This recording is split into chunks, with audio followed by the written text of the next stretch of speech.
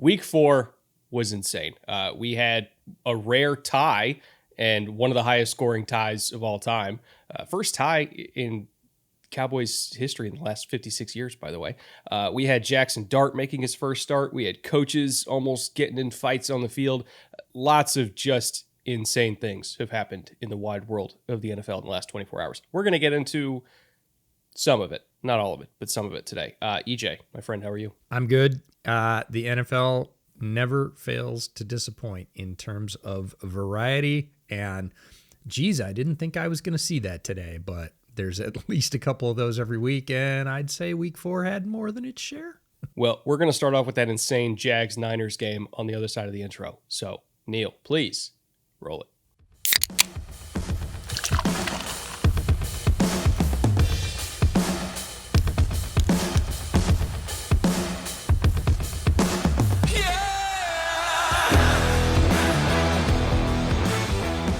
Welcome to the Bootleg Football Podcast. I'm Brett. That's EJ. We're going to do our best to keep Liam Coen's name out of our mouths today. Actually, that's a lie. I actually am going to talk about that. But in the meantime, EJ, I don't really know where to begin with this game. I feel like we owe it to the Jags to say the positive stuff first because they did play a very good game. I still can't quite figure out what they are, right? Because it's been very up and down.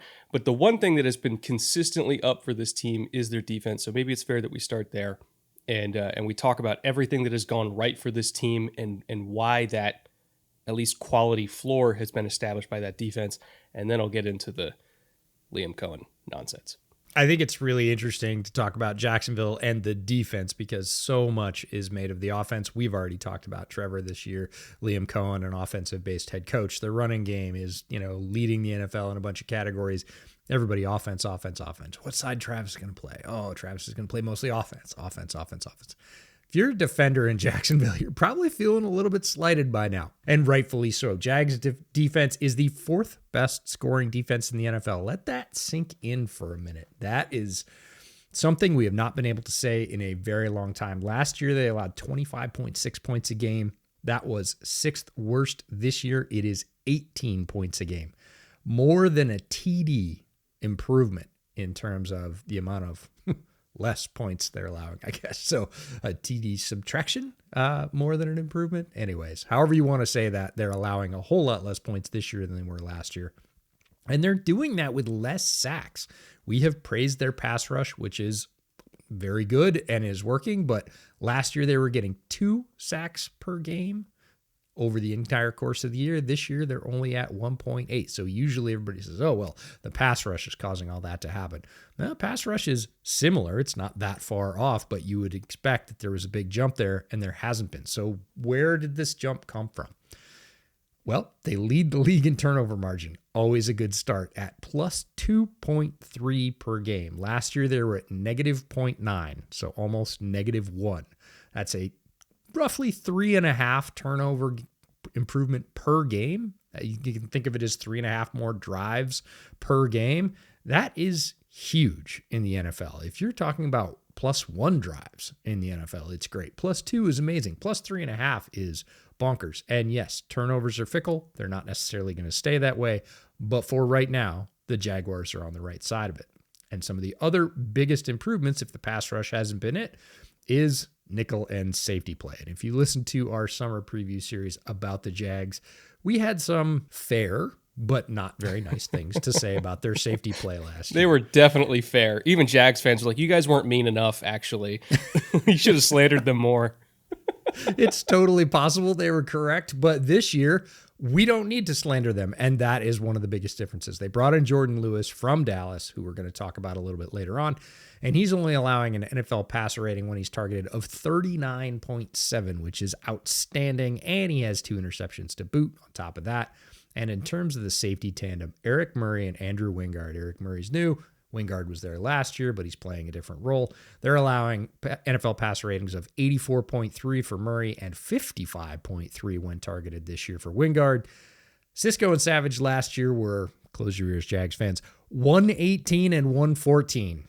So a huge step up in the improvement in the safety and nickel play. That is allowing the back end to hold up, coverage to get home, and the whole unit to play together better than it did last year, where if the pass rush didn't get home last year, it was almost a free completion over the middle of the field versus the safeties.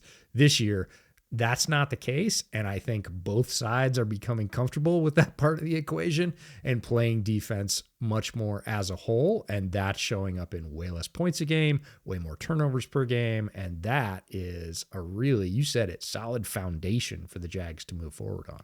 There's a few different elements to this defense that I think have contributed to their rapid improvement under Campanelli's first year at DC there. For one, the way this D-line has been able to run stunts, I think has been teach tape. Now, Walker hurt his wrist in this past game. I haven't seen any updates on if he's going to miss any time. It's possible that he does. He's been a key cog as far as them winning on all these stunts up front, which he was also really good at Georgia. Like, playing into that style is good for him. But this team is 4th in stunt rate overall this year.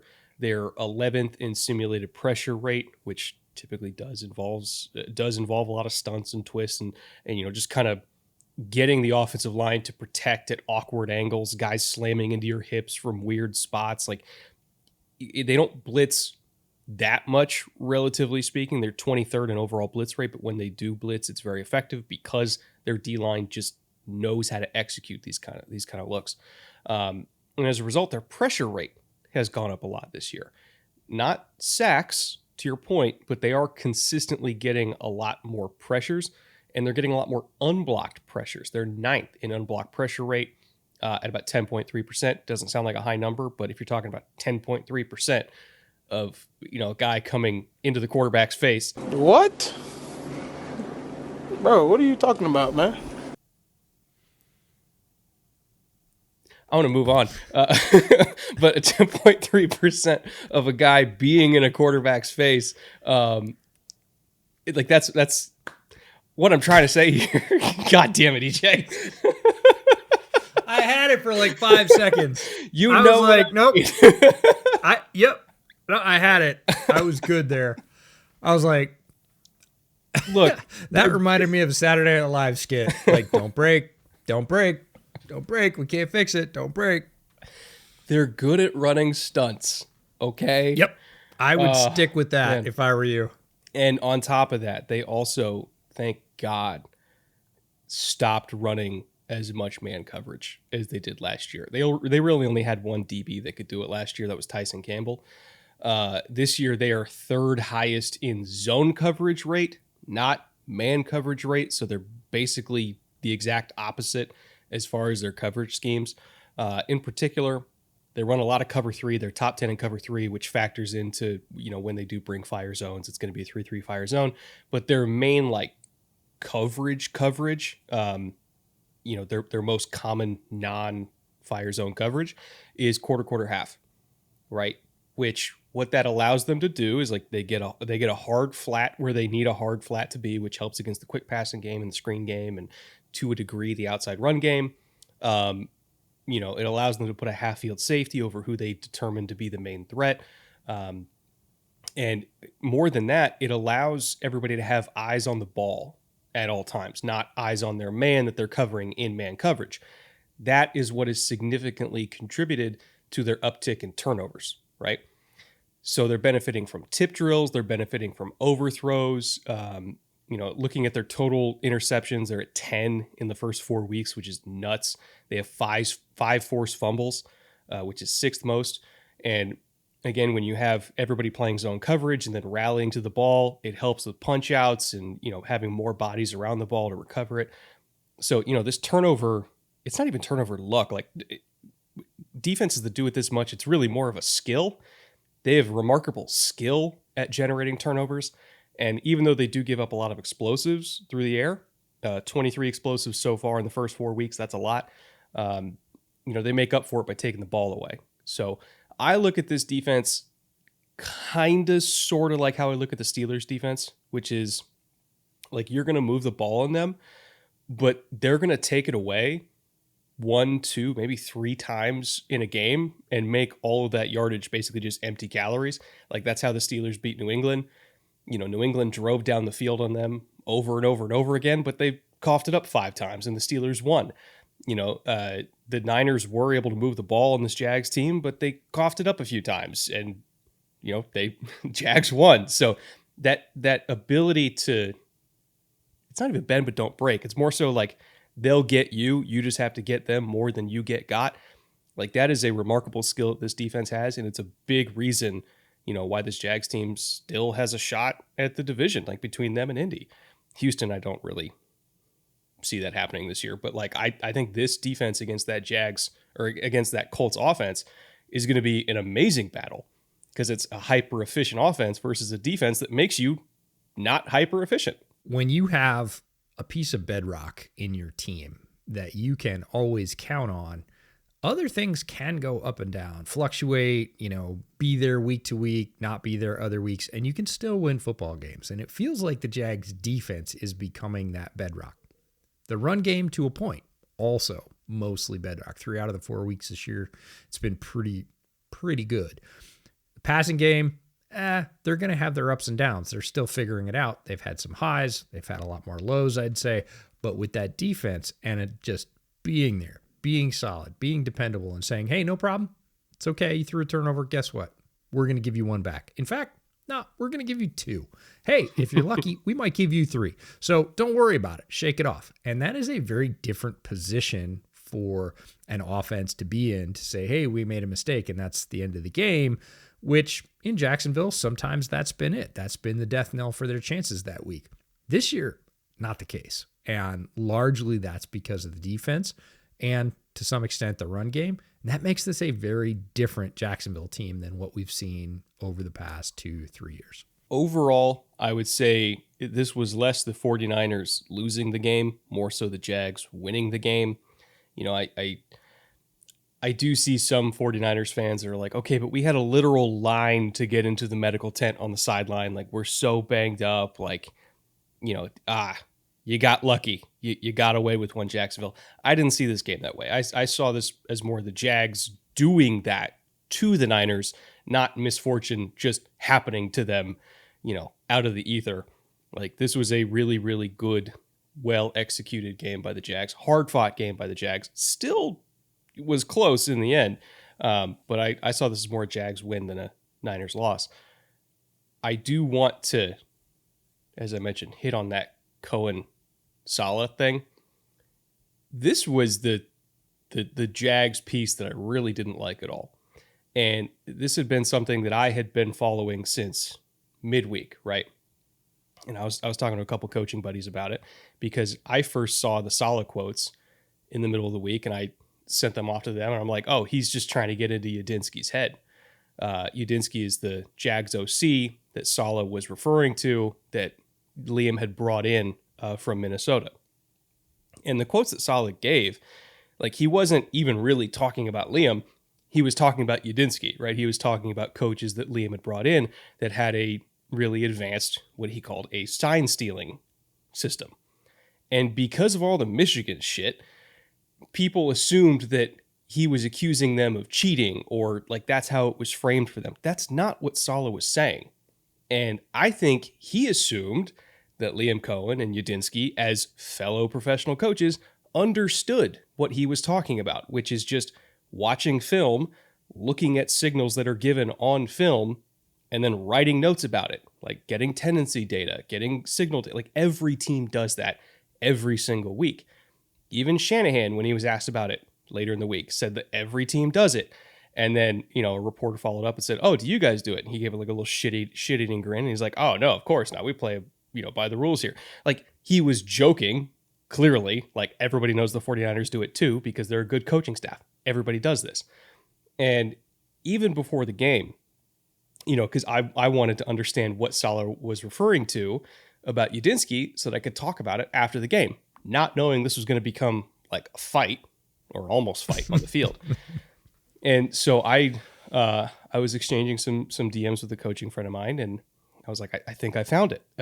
Remember, Saleh was on the Green Bay staff last year after He got let go from the Jets.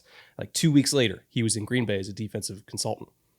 And so he wasn't there for the first Packers-Minnesota game. He was there for the second Packers-Minnesota game. Again, Udinski was the Vikings OC. And so I was going through that game, watched every single snap, and I was like, I want to find examples of what Saleh was referring to, which is, they use formation and they use motions to get you into a look, and then they're going to hunt for signals and see what signal you give. And like, that's part of being a good coach. He was complimenting him by saying they're really good at charting film and finding signals, right? And so I found a few examples of it throughout the game where like clearly Sam knew what was happening. And there was one in particular, I think it was in the fourth quarter, 3rd and 15, starts out an empty, right? And based on tendency data, which they had, and I looked it up, the two most prominent coverages the Packers were going to give in this down and distance in this area of the field was either cover 1 or cover 2. There's a few different ways that they would run cover 2. We talked about this in the summer series. Not all cover 2 is the same with Green Bay. Sometimes it's Tampa 2 Sims. Sometimes it's straight Tampa 2. Sometimes they run 2 invert. Like, they have a million different ways to get into cover 2 because they were the most cover 2 heavy defense in the league. So what Saleh wanted to do, or what Udinski wanted to do, was start out an empty, get a tell of if it's going to be man or if it's going to be 2, and then bring the running back in and use that motion to try to draw out a signal to see what they were in. They gave a signal on tape, and, Sam knew what was coming. You literally see him on tape. He sees the signal. He knows they're going to be in 2. And then it's just a 3-man concept to the field. There's a backside dig. He was looking at the 3-man concept to move the pole runner to keep him locked on that side of the field. And then without even glancing at it, he looked back and he ripped the backside dig behind the pole runner. Like, he just knew it was going to be there because he did. That's good coaching. That's what Saleh was talking about. He was delivering a message midweek to Udinski.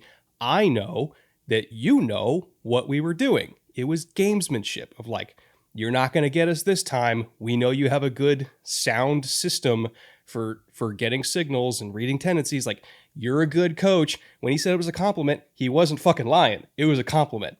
So I saw it on tape and I was like, oh shit, he got him, right? And so the fact that this blew up after the game where Liam was like, keep my name out your mouth. He wasn't even talking about you, Liam. He was talking about Grant Udinski. And he was also saying he's good at his job. Like, that's what this is about. Like, every single top tier coach does this. They're paid to do it. It's part of the job. And the fact that Liam was acting offended about it, to me, means that Liam wasn't actually upset that Saleh had brought it up. Liam was upset that he then had to answer questions from the media who don't know what advanced reports are and that don't know that this is a normal part of being a football coach. And so he had to then deal with questions from reporters that are completely unaware that what Saleh said is fine. And so he got pissed about that. And plus there was the Fred Warner thing on the last, which, okay, I understand getting mad about the Fred Warner thing. Let's be honest though. Okay, I get that. And then there was, the fact that both these guys were finalists for the job. And there was these weird circumstances around like when Liam got hired in the first place. Like, it felt like what Liam was upset about wasn't actually about the comments. It was about everything else. And it was odd to me. Like, I really don't think what Saleh said was bad. He was saying you're a good coach. And I think he thought the Jags coaches would understand that. Apparently they wanted to be mad about everything else. And they just didn't.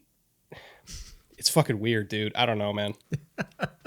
It's not that weird when you think about it. It looks weird on the surface, and as soon as you start pulling back the layers of the onion, it's less weird because every coach, and I mean every coach, wants to play the respect card, always has, always will, and sometimes you just need to gin something up. There's nothing there. And you got to get your guys fired up. They don't believe in us. They think we're cheaters. They don't respect us. They think we're soft, whatever it is. And coaches have done this for time eternal, and it seems like they probably will. I don't think anybody's ever going to get past it. So honestly, I think you're probably correct in that Liam was more pissed about his time being wasted in press conferences And yeah, Saleh could have said it a different way. He could have used a different phrase, but besides stealing, he could have said, yeah, they're really good at identifying signs. And they got me a couple of times in the past. And, we've got a little something for them this week. That's a coaching quote. When you say sign stealing, especially in the current climate, all the Michigan stuff you mentioned, it's going to be taken a certain way. And did he do it with a little bit of a barb? Yes, it was a compliment, but did he do it in a way that he knew might waste a little bit of Liam's time? Sure. Is that gamesmanship too? It absolutely is. And did anybody have to get pissy about it? No, but it kind of reminds me of like middle school lunchroom fights, right? Fights about nothing. Did you look at my shirt funny? I might have. Why? It's a funny shirt, right? And then there's some scrum and somebody's milk gets dumped. That's kind of what it reminded me of. And then you go to the respect aspect and you go to you could have said it a different way. And then it really did take me back to all the circumstances of Liam arriving in Jacksonville, to put it in the sort of nicest possible terms. There was some weirdness around that entire situation. And I thought, oh, okay, he's down with the drama. Like he likes it. It's a thing with him. Again, did he have to bring this up? No, it's not like Saleh went up to him and spit in the grass or anything. He just wanted to make a fuss about it. And he did. And, he got what he wanted. People paid attention to it. In the end, kind of much ado about nothing. Yeah, I don't know, man. I just feel like if I'm going to pick a fight with any coach in the NFL, it's not Robert Saleh. Right. There's Robert like a Saleh, short list. Dan Campbell. Dan Campbell, like Robert Saleh. Like, Mike Tomlin's getting up there in age, but I still think like he's crafty. He's crafty. Man, I don't know. That's Kevin O'Connell. Like he's a very large man. I remember seeing him at the airport in the combine and be like, okay, note to self, don't piss off Kevin O'Connell. But yeah, Robert Saleh, firmly atop that list. Real quick, we'll get right back to the show. We talked about the Niners a little bit already in this episode, and assuming enough of them are still alive by Thursday to field a roster, we're going to see them take on the Rams on TNF. And I want to thank Underdog for helping us to put together a little bit of a pick'em for TNF this week. We have Juwan Jennings at higher than half a touchdown because he might be the only Niners receiver still breathing this week. We have Jared Verse at higher than half a sack because, quite frankly, it's Jared Verse, and I don't remember the last time the Niners could actually pass protect. And then we have Puka at 98.5 receiving. We went higher on that because at this point, I feel like he's matchup and number proof, and until proven otherwise, I'm just going to go higher on Puka. And hopefully, we don't have any catastrophic injuries for the Niners this week for once. That would be a nice change of pace. If you would like to tail this entry, of course, you can do so at the link in the description below or at the QR code on the screen. And if you use promo code BOOTLEG, if you deposit $5, you get $50 in bonus credits. So thank you once again to Underdog for sponsoring today's show and the entire season. And with that, let's get back to it. Speaking of shots, by the way, we have 5 more Bootleg Shot of the Week nominees for you. Now, we can't show them on this episode, but we do have a video of them available for everybody who votes over on our public poll on the Patreon. So if you want to go check out the video for these shots, you can do so there. First nominee, Trayvon Diggs. Late in overtime, there was a 4x1, kind of a little screen out to the flat for Green Bay that he read all the way, completely blew by. I think it was Romeo Doubs that it was attempting to block. Blew right by him, got a 3-yard TFL, which completely threw off everything for Green Bay. And what I liked even more about this play was the very next snap, Green Bay tried to come back and fake the screen and get him with a pump and go. And he's like, nah, like, I understand what you're doing. He completely sagged off, which then caused Jordan to then have to hold it and then take another loss. So kind of a 2-for-1 there with Trayvon Diggs. Nominee number 2, we have Patrick Queen completely belting Carson Wentz in the early game over in Ireland. And that's not the only nominee we have from this game, because Peyton Wilson, not really a shot, more of a trot of the week, but him running down Jordan Addison very easily could have been the difference in this game if we're talking about all the extra bled clock from the Vikings having to run a few more plays after that. He hit, I think it was like 22.3 miles per hour or something. Like, it was just a ridiculous speed, which we knew Peyton Wilson was fast, but Also, didn't realize he was faster than Jordan Addison. So that's my favorite part of that is we talk about all the speed data and we talk about it in, different contexts. We talk about it in testing data and we talk about it on, different drills and, do they have a sprinter's background and everything else. When everybody puts on the pads and you're running as fast as you can on the field and you see a linebacker who outweighs your receiver by a fair bit and literally runs him down in addition to the angle. So he had to run farther. This is not a straight line race. And he ran farther, faster than Jordan Addison did. You got yourself fast inside linebacker. I think that was Jordan Addison's first game back, so clearly not all the way back in game shape yet. Fourth nominee, Kevin Byard had a whale of a game against the Raiders. Had 2 picks, I think like 2 or 3 tackles for a lot. Like he was a monster in that game. And on one of his interceptions, he got tackled by a monster, Jackson Powers-Johnson, who completely laid him out. We get a rare offensive lineman tackle for shot of the week. And then our last nominee, Maris Leofau. This one was more funny than anything else just because of like the random Matthew Golden hitting the B button as soon as he caught the ball and getting completely destroyed. I laughed out loud when I saw this play the first time. So have to include that one as well. Again, if you want to head over to the Patreon, you don't have to be a patron to vote in the poll. It's a public poll, but that's linked down below. You can check out the nominees and vote for your favorite. We'll do our shot to commemorate the winner in Thursday's episode. Sometimes Friday episode. Most of the time Thursday episode. All right. Speaking of Thursdays, how's that for a transition? Last Thursday's game was Hawks-Cardinals. We have not really gotten to talk about the Seahawks that much so far this season, so I figured we set aside a segment to talk about what Sam Darnold and JSN and Mike McDonald are doing up there in your neck of the woods. They have been a hell of a story so far in September that I think needs more coverage. I think it's true, and everybody focuses on the defense with Mike Mack. It's kind of the opposite of Jacksonville, but the offense was the big question in the offseason. Did they make the right decision going from Geno to Sam? Did they make the right decision bringing Clint in as the OC? Like, were they going to be able to balance out? Were they going to be able to protect Sam? We talked about that a lot during the summer series because obviously Sam without protection is not a very good quarterback. And with protection, he is a very good quarterback. So how are they going to end it up? But I really want to start this off with Jaxson Smith-Njigba.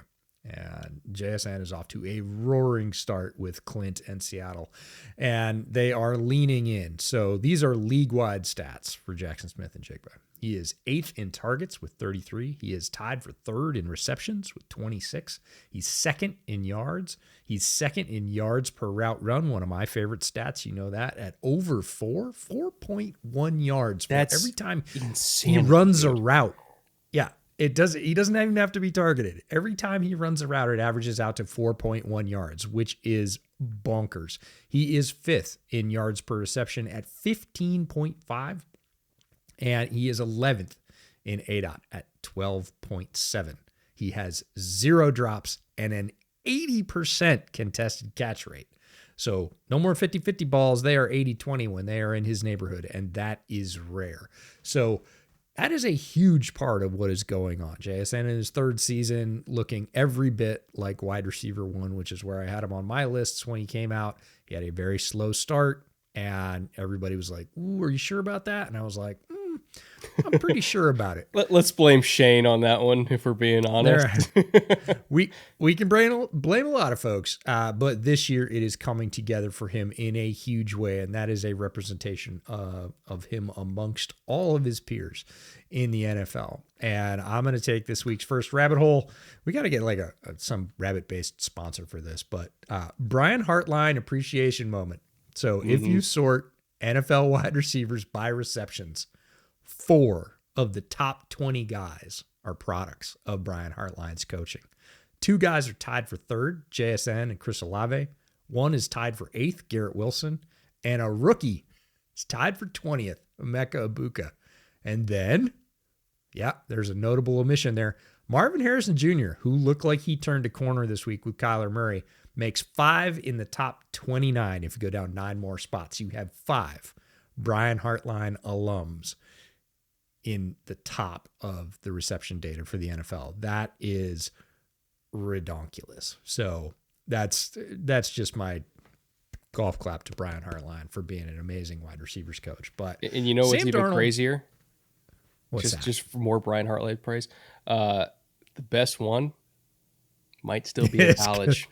It might still be coming. Yeah, we'll talk a lot about him in draft season. But I just feel like at this point, it's not going to stop happening, right? It is becoming a sort of self-fulfilling truth that if you are one of the top 5 wide receivers in the recruiting class, you want to go to Ohio State because of this. Oh, shit. Like you have...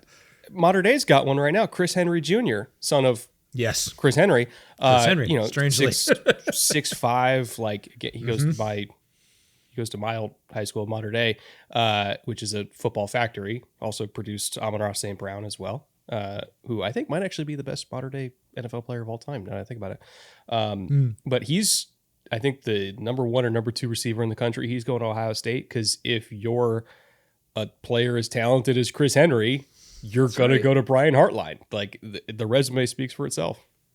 Yeah, and it just keeps happening year after year. So it's not a coincidence at this point. It's just Brian Hartline being awesome at his job. But the questions we had, and many people had this summer, were about Darnold moving from Minnesota to the Seahawks.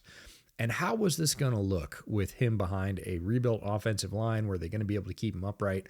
Was he going to be able to mesh with the system? And we said that the scheme fit was good. Like what Clint was going to ask him to do was within his roundhouse. It was physically whether or not they were going to be able to sort of bring that to pass on the field. And short answer, yep, they brought it to pass. It's happening. So Darnold, 13th in yards, tied for first in yards per attempt at over 9, 5-2 touchdown to interception ratio. 8th in big time throws and 6th in big time throws percentage. Here's some of the stats kind of behind those stats that really say, yeah, well, how is he doing all that? Number 1 in the league, lowest turnover worthy play percentage. And if you followed Sam's career, you know this has dogged him throughout. He is at 0.9%. Less than 1% of his throws are turnover-worthy plays. Tied for 8th fewest sacks in the league. That was a huge question mark coming in. Obviously, that is a collaboration between him and the offensive line. Not all sacks go on the offensive line. Some of them go on the quarterback. Vice versa. Obviously, they are working well together. They have only given up 6 sacks. 4th lowest time to throw in the entire league, 2.56. Total for all of these things wrapped together, he is 6th in NFL passer rating, 106.5. It's working. Like there is no other way to say it. It is working and it is going great guns right now. There is a theme that we hit all throughout the summer, and we also hit it in preseason, and we've hit it a few times in the regular season. And that theme is that A, true drop back pass games from under center are really rare, and also B, they're really valuable. Not a whole lot of teams do that. As in when they get under center, it's almost entirely play action. It's not like getting under center and then doing an actual drop back and working quick game from under center, working the 5-step from under center. A lot of it is like long developing hard play action fakes to the point where, the defense, if you are under center, they know it's one of two things. Either it's a run or they know you're going deep. You're not going to work the intermediate area of the field. You're not going to work the quick game.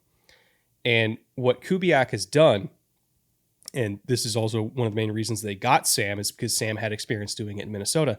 But what Kubiak has done is that he has emphasized, ambiguity, I guess you could say, to the point where they have 42 pass attempts from under center so far this year.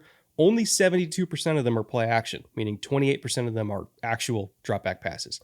That sounds like it's still a very high play action rate, but relative to the NFL, that's only the 28th highest play action rate from under center.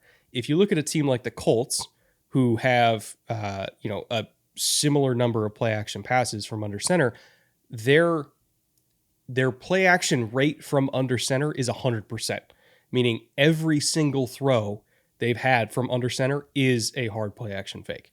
They don't have a true drop back pass game from under center. Their drop back pass game is from the gun or occasionally from the pistol, but generally from the gun. And so what that allows Seattle to do is work the intermediate middle of the field. It allows them to work the quick game to the point where in that area between the numbers and from the 10-yard line out to the 22, that kind of intermediate rectangle, Sam is still perfect in that area. He's 12 for 12, and his yards per attempt in that area is third highest in the league so far this year, 15.4. So yes, they have a super high play action rate overall. And yes, they have a super high run rate overall. They're one of the only teams, if not the only team, that has a higher run percentage than pass percentage. And obviously they do run a lot of play action passes. But it's the fact that like almost a third of their under center pass game is not predictable, i.e. you never know if it's going to be a hard play action fake. You never know if the ball's coming out quicker. Like that ambiguity has really been the heart and soul of this pass game. And it's a big reason why Darnold's been so successful.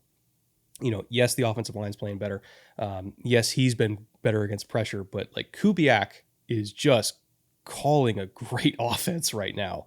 And in a lot of ways, I feel like this is what the Saints were supposed to look like last year before injuries wrecked everything. But it's very reminiscent of that. It sure feels like it, and we all loved that offense for what, 2 weeks last year? Yeah. 3 weeks? Yeah. We were like, this is amazing, and then the wheels fell off, and we were like, oh. As NFL fans, we really wanted to see that go to fruition, and we basically are getting that chance so far through Seattle, and kudos to John Schneider and to Mike Mack putting their plan in place and saying, this is what we want to do, assembling the pieces. And so far it's working. That doesn't always work in NFL teams. Lots of teams assemble the pieces they want to have in-house and see if it'll work. Seattle is making it work. And right now it's working as well as, I would say, sort of any reclamation project that we talked about over the summer. It was one of the ones we had the most question about. We're like, I see the plan, I see the vision, but how's it going to work when it all gets on grass? And right now, again, it's working as well as any of those sort of major turnaround units in the NFL that we talked about over the summer. And it's propelling Seattle. The defense we knew was going to be good and probably get a little bit better. The offense, boy, it really had to work, and they took a couple of gambles to make it work. And so far, that's just coming up all roses for them. Speaking of the defense, just a quick little aside. I keep seeing people bring up like how he's going to trade for Reek Woolen, or, you know, insert team that needs corner desperately is going to trade for Reek Woolen. And in my head, I'm like, why? So Seattle can then just be in the exact same position they're in, where they don't have another startable, like DB is the most injured group, like position group in all of football. Like that corners and safeties, but especially corners, get injured at the highest rate in the league. Why would they make themselves thinner at that spot? Like, you're going to have to really make it worth their while. I understand, like, he's not a good tackler, and I understand, like, he'll be great for 55 minutes and then melt down for 5 minutes, but I don't see anything else on the roster that's better than him right now for outside. Like, if we want Witherspoon to be in the nickel, and then, you know, we got Joby and Reek on the outside, like, do you want to be staring down the barrel of, like, hoping Nehemiah Pritchett can stay healthy for the entire season? Why would they trade him? Right? It just feels like wishful thinking from Eagles fans that are like, we need a CB2, call Seattle. It's like, to give them what? Like, I don't think you want to know what that asking price is for a starting corner. You know what the other really funny thing is the guy opposite Woolen came from the Eagles. Yeah. So it's like, I just don't think it's going to happen. You already had him. You let him go, and now he plays for the Hawks, and he's playing really well. So it's always odd this time of year when people are looking around. And again, player for player trades are pretty rare. Player for pick trades are less rare, but still pretty rare overall if you're looking at how many times they actually happen in a season. And it seems like the answer to a lot of things. I'm sure there are, say, Chargers fans right now who are like, we need a starting tackle. Yeah, good luck with that. Okay. Yeah. Can I like interest you in a Cam around. Robinson? Oh, wait, no. Yeah. He already got swapped for a seventh. Yeah. Ooh. Yeah. Anyway, so it's fascinating, but it does happen a lot. And look, it makes for some good conversations and some good what ifs. But again, in terms of the reality, it doesn't occur all that often in the NFL. If you're watching this, there's a non-zero chance that you're in the trades, which if you are, don't skip this ad because I'm holding a bottle of Canadian whiskey, and I am told that is the currency of your people. I myself am not in the trades, obviously, but I do have a wife whose job it is to just walk across rebar mats all day long. And apparently, according to her, having the right boots is like 60% of the job. And I'll tell you this much, the boots from today's sponsor, Brunt Workwear, are comfortable. EJ and I both got the Marin soft toe boots because neither one of us works on a job site every day. We don't need a composite toe. But regardless of what your safety requirements are, they have the same level of comfort across all of their boots. Even if you just need a normal pair of work boots for anything you're doing in your backyard or your garage, or, I mean, hell, I'm going to use them for hiking as well. Like, these are waterproof boots, and I need waterproof boots to do a trail near my house that's called Bridge to Nowhere, where I have to cross through a river like 4 to 5 times. I'm probably going to take these boots on that hike. Just whatever you need to throw at these boots, they can probably handle it. So if you're looking for a new pair of boots yourself and you prioritize comfort and durability over everything else, check out Brunt at bruntworkwear.com in the link in the description. And if you find something you like in their catalog, you can use promo code Bootleg to give you a $10 discount. Again, that catalog is found at bruntworkwear.com or at the link in the description below. And if you find something you like, use promo code Bootleg to get you a $10 discount. Thank you to Brunt once again for partnering with the show. And with that, let's get back to it. Next game on the docket here, speaking of the Chargers, Giants-Chargers, got announced while we were recording this that Joe Alt is going to be out, quote-unquote, several weeks with a high ankle sprain. Damn it. So that's 3 starting Charger offensive linemen down, including both of their all-pro caliber tackles and Mekhi Becton, who... actually, I don't know when he's coming back, but at minimum, 3 Chargers offensive linemen are injured. Somehow, Justin Herbert, once again, almost made it work, but he was under siege by a very talented Giants D-line the entire day. Amarian Hampton, flashed what we know Amarian Hampton can be. Ooh, as I hit my microphone while talking. This was just one of those games where if it's a healthy Chargers team, like, do they win? Yeah, probably, but they're not.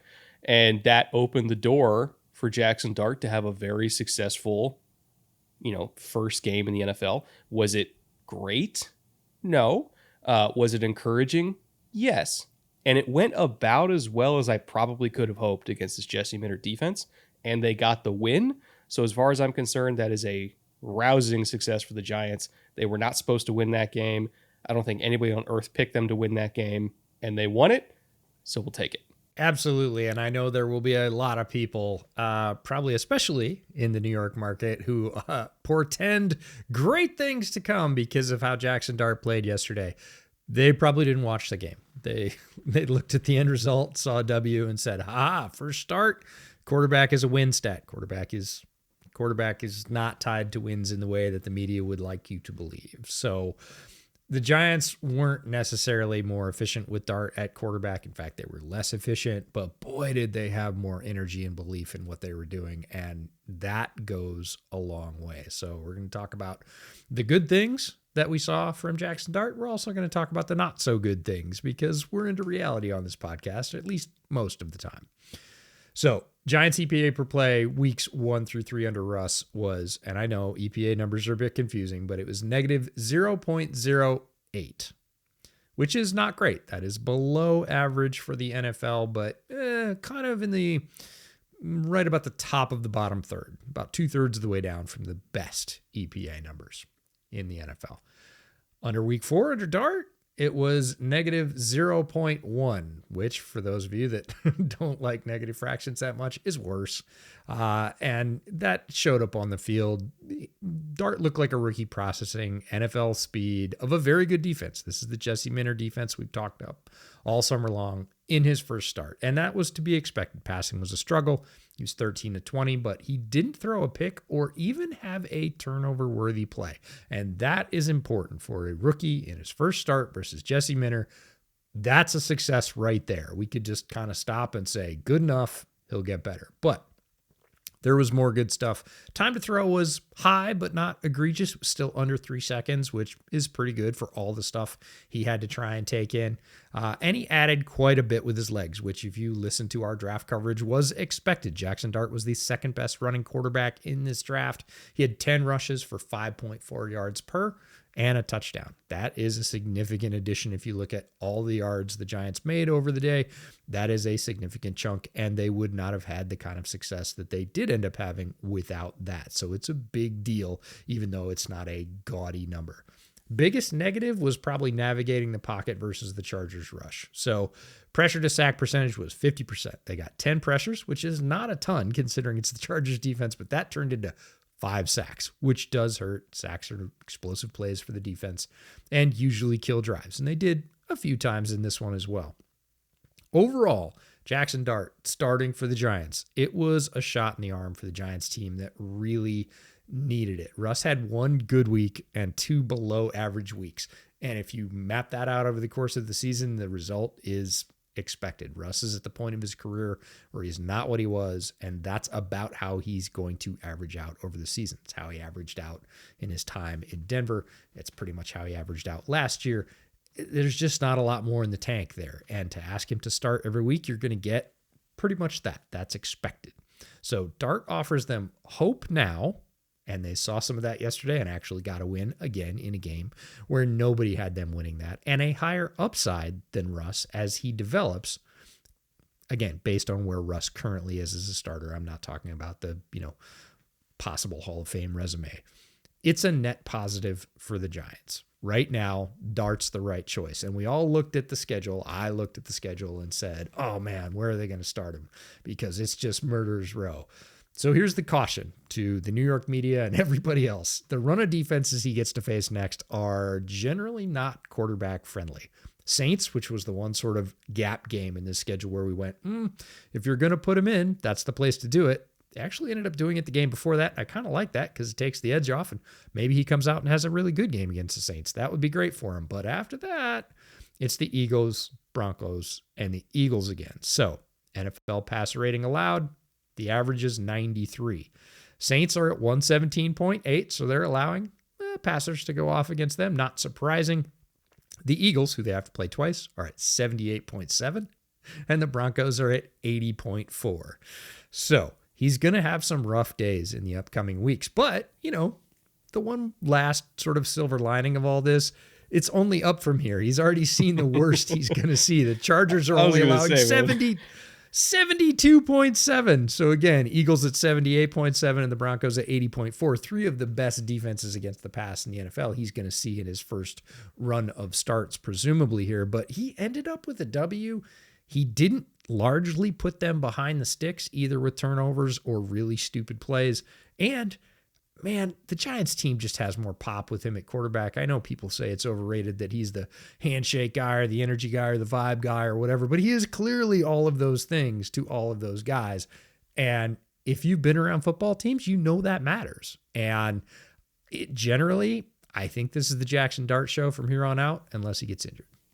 Yeah, I think overall, my impression was he survived. Right. And that was what we hoped for. Right. This was a Jesse Minter defense that everybody thought was going to chew him up and spit him out.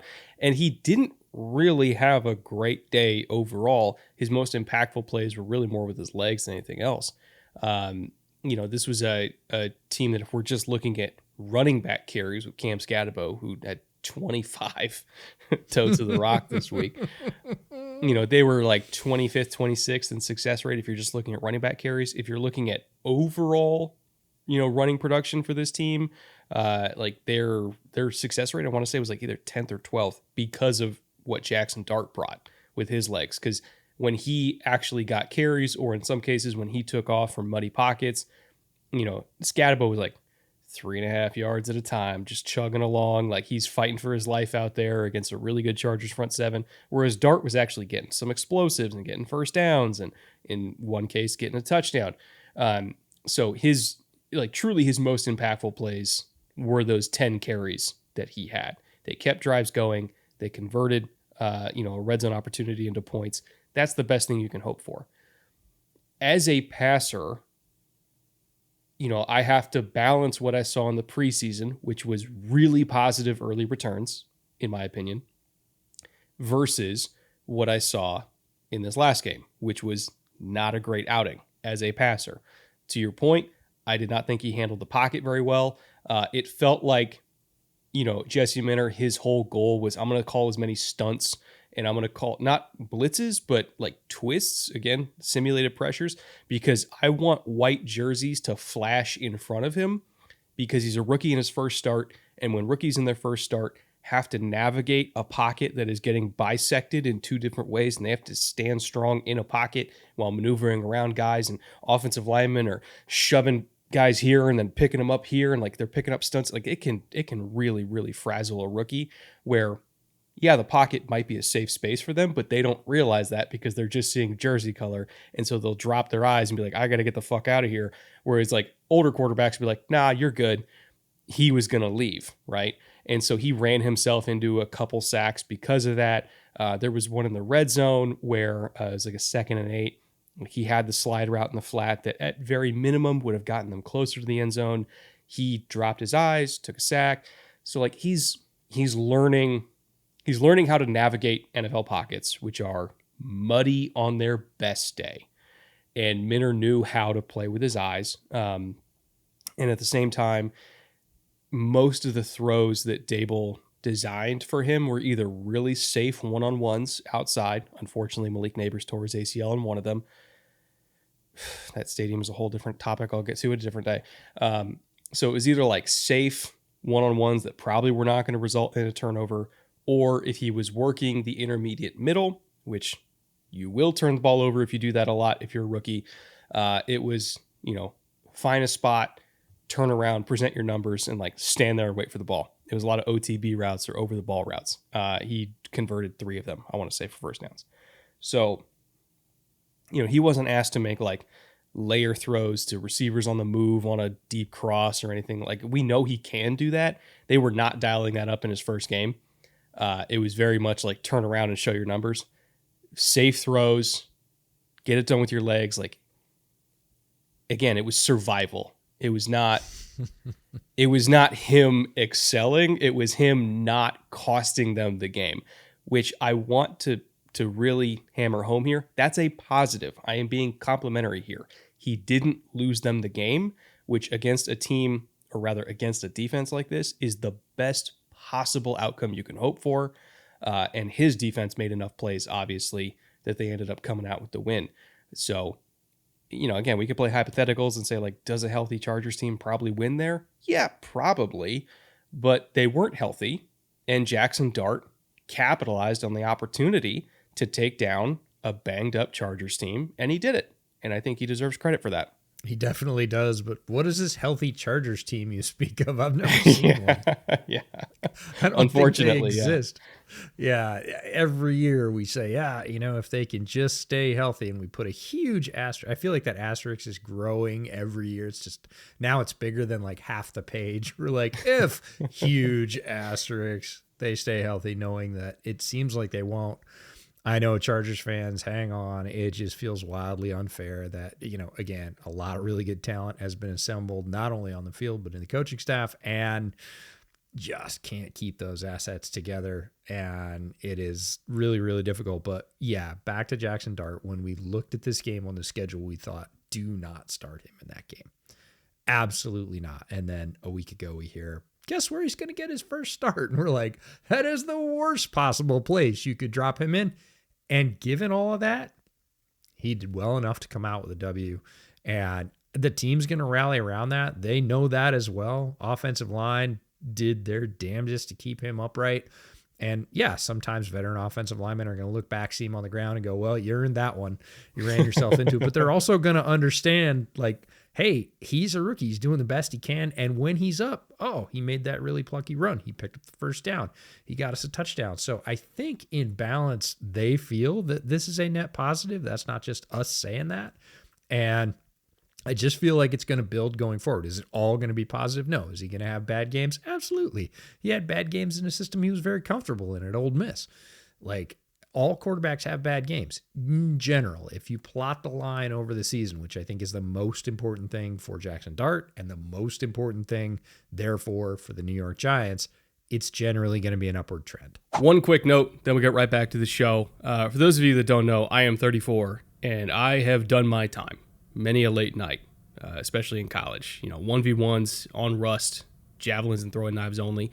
Shit got wild at 3 a.m., sophomore year of college. And even though I am long since retired, because I suck at whatever Call of Duty is now, a lot of you still play, and a lot of you are still really damn good at it. Which, of course, makes it great that today's sponsor is just for you, 1v1 Me. On 1v1 Me, every single day, you can both watch and stake on whether it's Madden, NBA 2K, FC, or, of course, Call of Duty matches. All the matches are streamed live. There's also a live chat for you to follow along with. Every match has referees, and payouts are instant.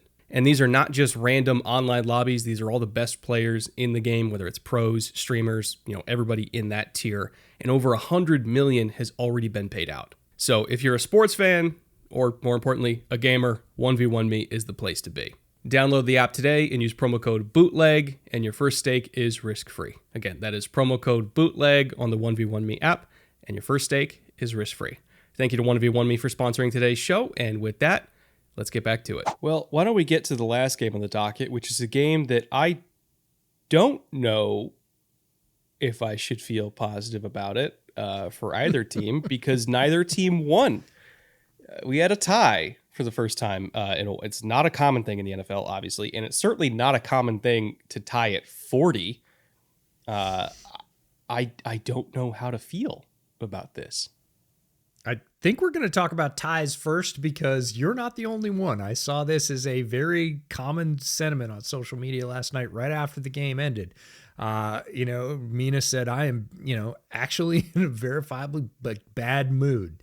Nate Tice said, we just did our wrap-up show and I don't know how to feel. And I put up the Ricky Bobby gif of, I don't know what to do with my hands. Like, we're inexperienced with this. So I went back and looked, and there have only been 10 NFL regular season ties that occurred in the last 10 years, including the current season. There are 4 seasons within that period that had no ties.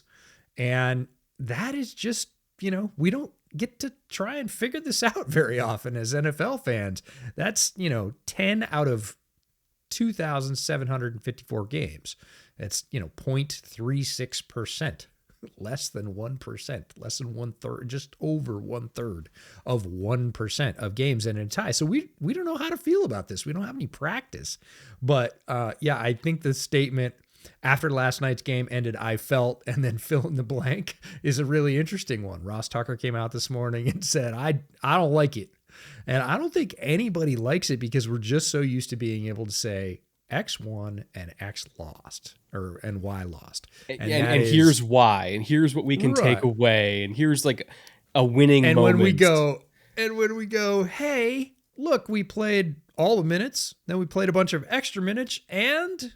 it feels unfinished to us, which I think the rest of the world's obviously clearly laughing at us here because, soccer being the most popular sport worldwide, they have ties all the time, and they understand ties and sort of, I guess, how to read them, right? Not all ties are created equal. Again, if the Giants and the Chargers, the game we just talked about, had ended in a tie, we would have gone, that's a win for the Giants. Starting a rookie quarterback in a game nobody thought they should win. Everybody thought the Chargers were going to win that game. If the Giants had, quote unquote, earned a tie in that game, we would have gone, yes, it's a tie in the standings, but the Giants won that game. In this one, it was a little less clear. If we had to assign a win in this one, I would probably say it was the Cowboys, based on the fact that it's Jerry, right? Like that.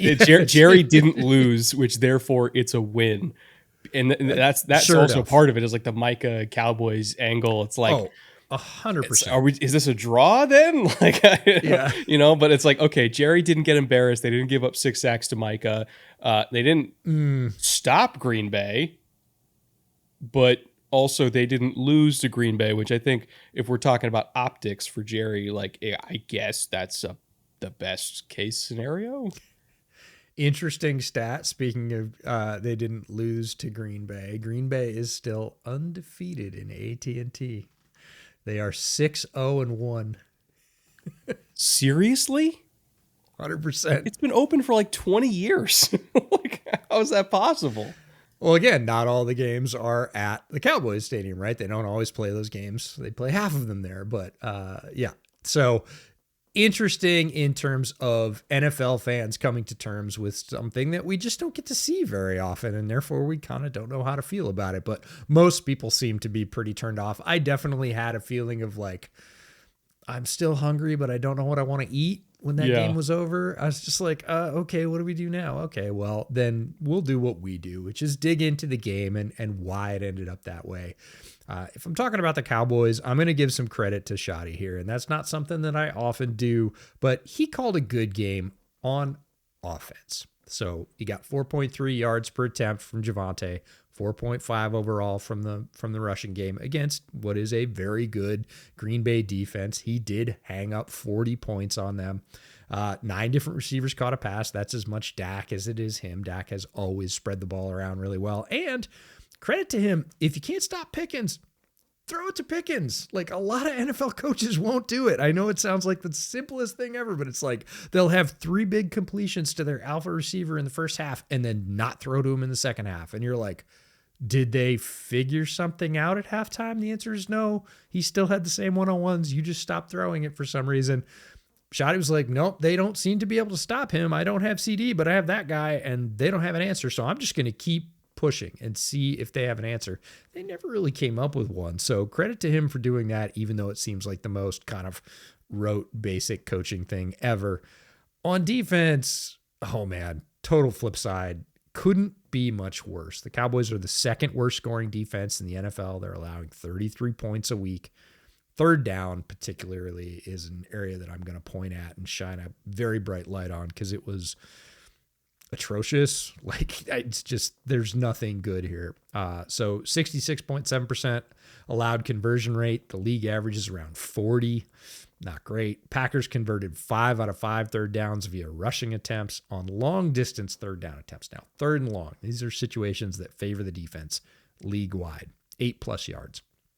Cowboys allowed 3 of 5, 60%. And situationally, it's like, well, yeah, that's all true percentage-wise, but EJ, what happened when, you dig into the... No, it's no better. They gave up a huge rush on 3rd and 9, a 46-yarder. They gave up a TD pass on 3rd and 10. Like, it didn't matter where you looked on 3rd down. Eberflus's defense was just falling apart at the seams. They couldn't stop anybody, and if you can't get your defense off the field in those high-leverage situations, it's going to look bad. The Cowboys defense clearly is one of the worst defenses in the NFL, and I don't really care which metric you want to pull out. Again, Shai can call a great game, hang up 40 points, and still, quote unquote, lose, tie, whatever you want to say about it, because the defense just isn't going to stop anybody. And yes, Green Bay is a good team, but you got to be able to get a stop now and again, especially on like high leverage third downs.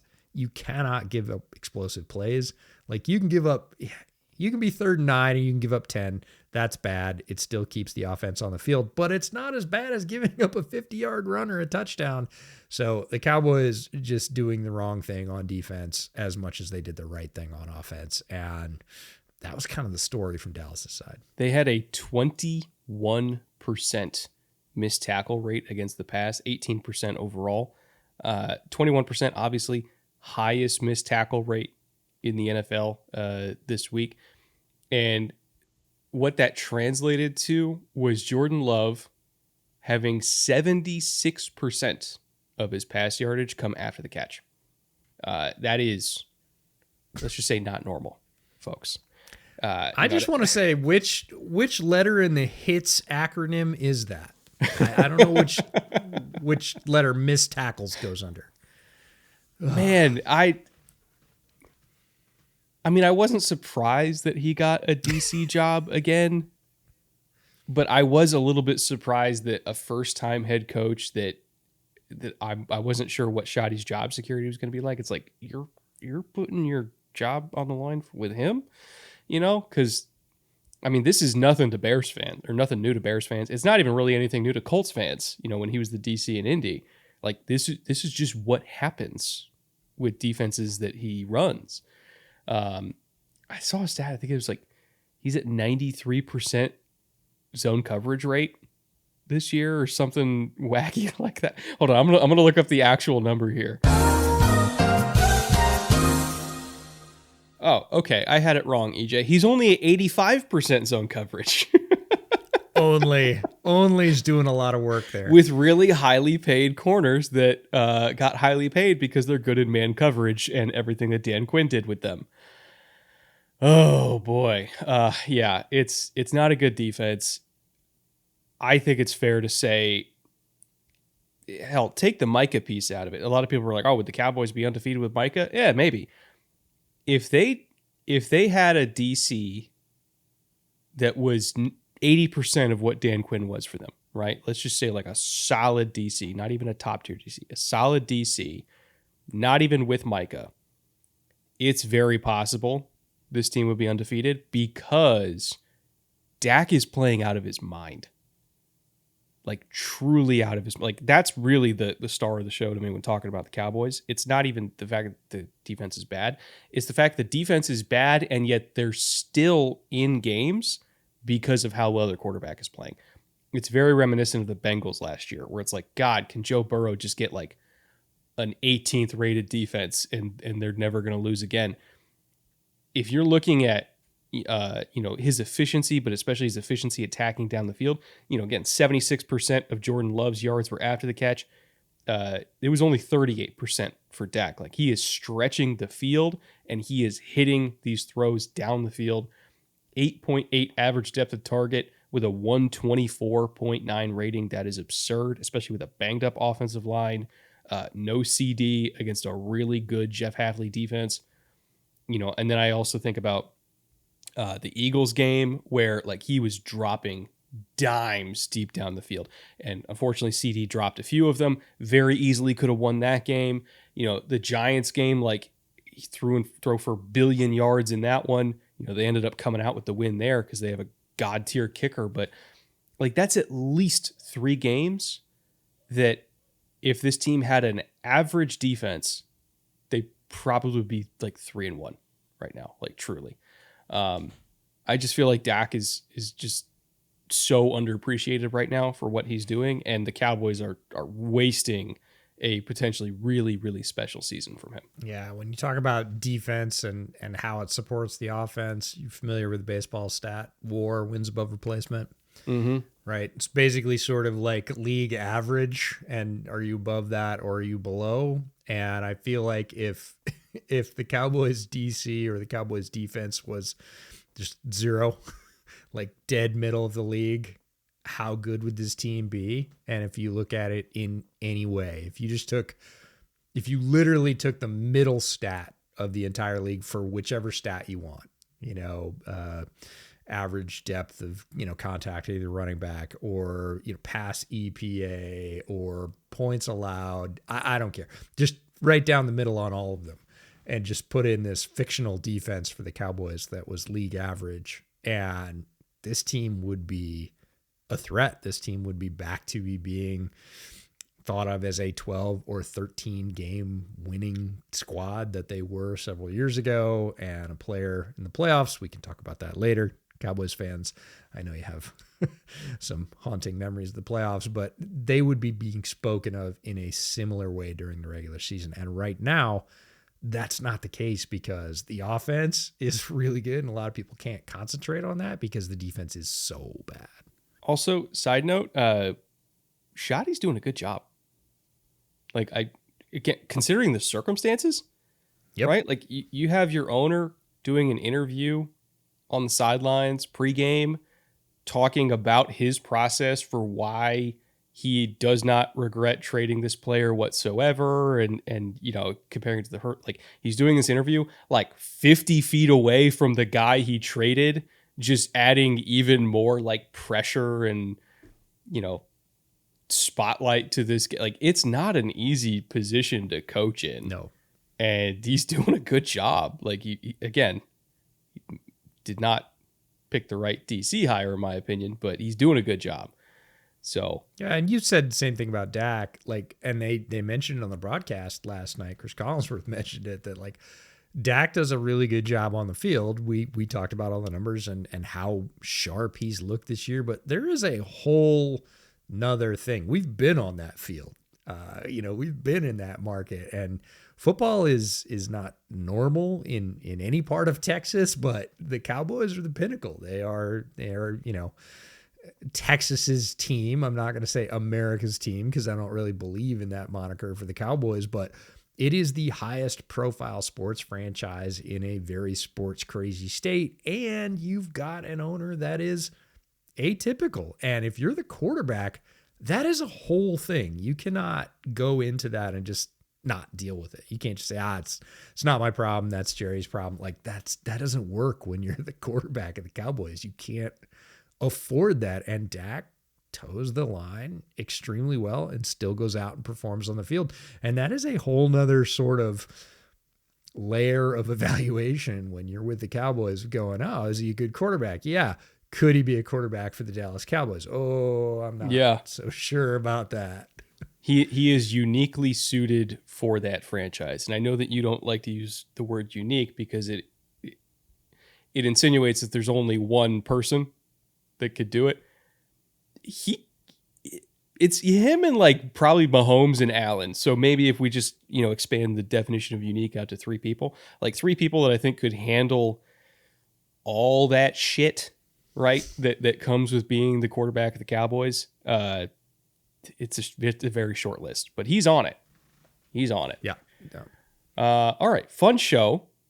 We have another one coming this week. We're going to preview a few games, more than a few games for week 5. God, I can't believe we're already in week 5. And also a reminder, we have a jumbo Patreon show to make up for the fact that we didn't have a Patreon show last week. So we're having a jumbo Patreon show this week. So whichever games you want us to analyze and break down for you for the public show, feel free to let us know down in the comments below. We already have a poll running as well for the Patreon show. If you're a patron, go vote on that for which games to talk about there. And I don't think I have anything else left to promo. EJ, you got anything? No, vote for Bootleg Shot of the Week and keep it glued to the socials. We've got a lot of fun announcements coming over the next few weeks. We have some sponsorships we're going to announce. We also are going to be cooking up a little contest because your favorite football podcast is nearing 500 videos on YouTube. So we're going to have the Bootleg 500 here. We're going to have some giveaways. We're going to make it last a little while. A little bit of a milestone, so we're going to celebrate. It all started with KJ Hamler. How about that? All right. We'll see you guys back here on Thursday.